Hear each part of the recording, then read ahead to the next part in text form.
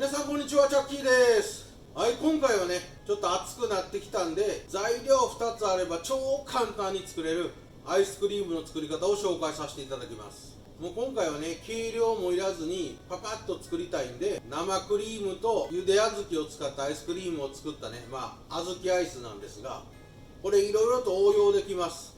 この小豆をね冷凍のフルーツとかにしてもうぐちゃぐちゃに潰して一緒に混ぜたりするだけでほんと簡単に作れますんで、この作り方覚えておくとむちゃくちゃ便利です。それでは一緒に作りましょう。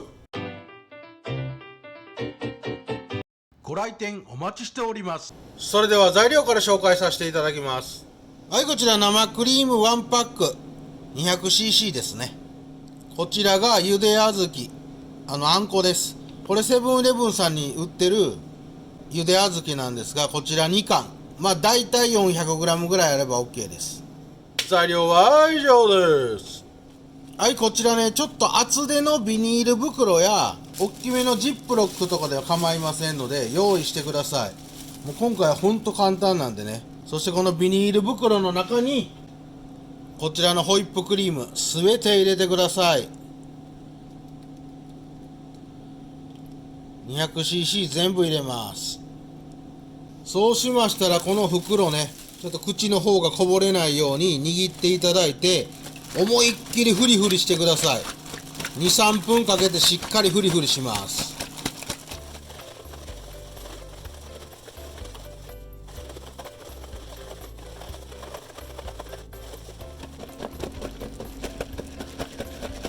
はい、こんな感じですね。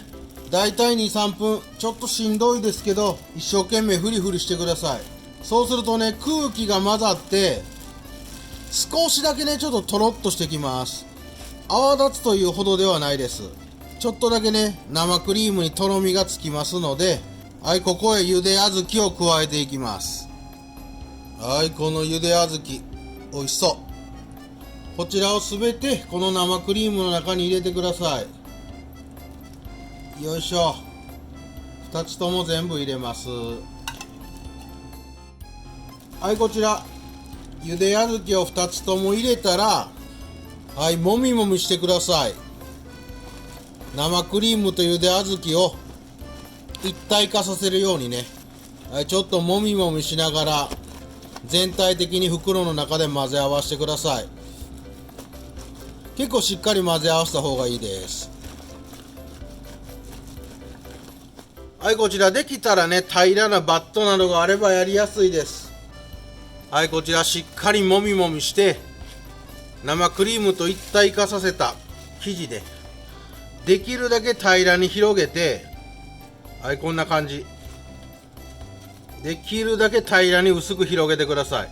そうすることでね早く冷凍室で冷えて固まりますんで、はい、こんな感じでポンポンと平らにならしちゃいます。